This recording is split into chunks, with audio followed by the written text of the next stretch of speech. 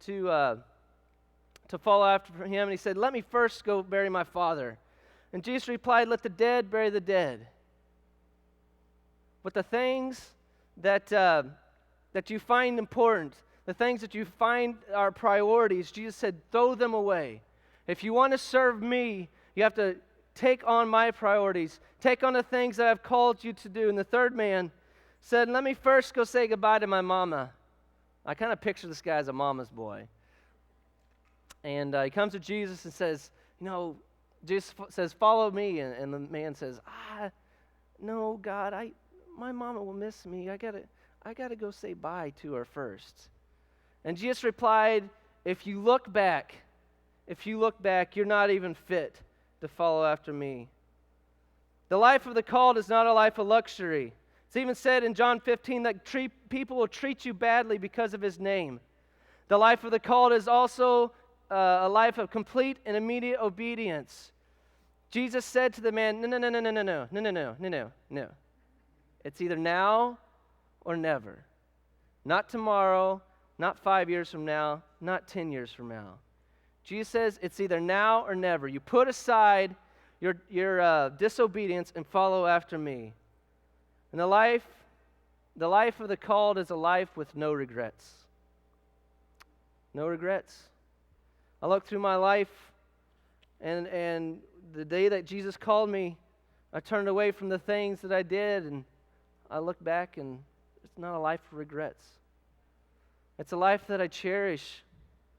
During the high school years, I don't regret the high school years. I don't regret the college years because I didn't get involved with the things that the other kids did. Because of that, it's a life with no regrets. The life of the called is a life with no regrets. Christian, Christ is calling you out. He's calling you out of the crowd to be different. No more are you going to stand in the crowd and look the same as the world. He's calling you now or never. It's even now or never. He's saying, "Come to me." If you're saying this morning that you have forsaken the call that God has put on your life, I know many times as young people, God calls them to do things, and life gets in the way, world gets in the way, and they forget that call.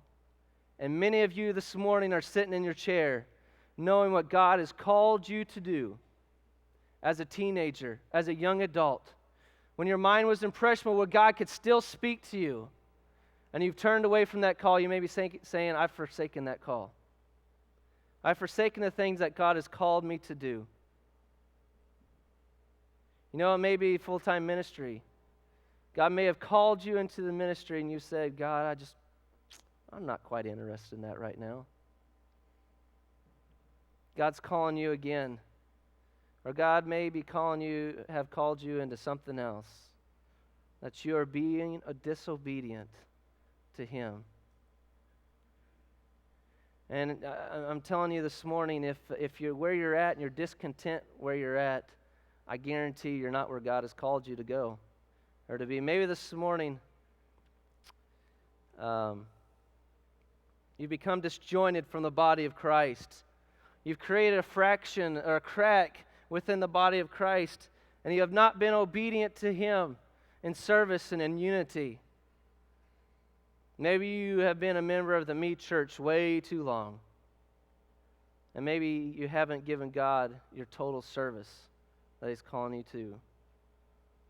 Or maybe today, this morning, you're living in disobedience to Him. You said, "God, wait," too many times. Said, "God, I'm just not quite interested in that. What will people say? What will people do? They'll make fun of me." And Jesus is saying, "Yeah, that's true." But this morning, you living in disobedience. God is calling you out this morning. Do you hear Him outside of the crowd calling your name? Saying, "Come out, follow after me, give it all. Give it all or nothing. This morning is the time." And maybe this is the first time this morning you've ever heard God call your name out. You are stumbling in the darkness. God has been vacant in your life, and you're just tired of being alone, just tired of stumbling in the darkness, God may be calling you this morning to come for the first time and accept Him. This morning, guys, I'm not going to give you a whole lot of time. I don't believe in pulling on the heartstrings. I want you to make an intellectual, not an emotional decision. If God has called you to something and you are being disobedient to Him, I invite you to come. Get that right with Him. Even while I speak, come.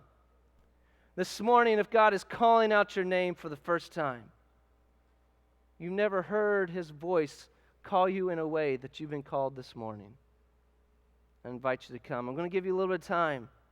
No music. Just everybody bow your heads and close your eyes. Have respect of what God is doing in people's lives. This morning, church, Jesus calling out, Christian. Christian. It's now or never. It's now or never.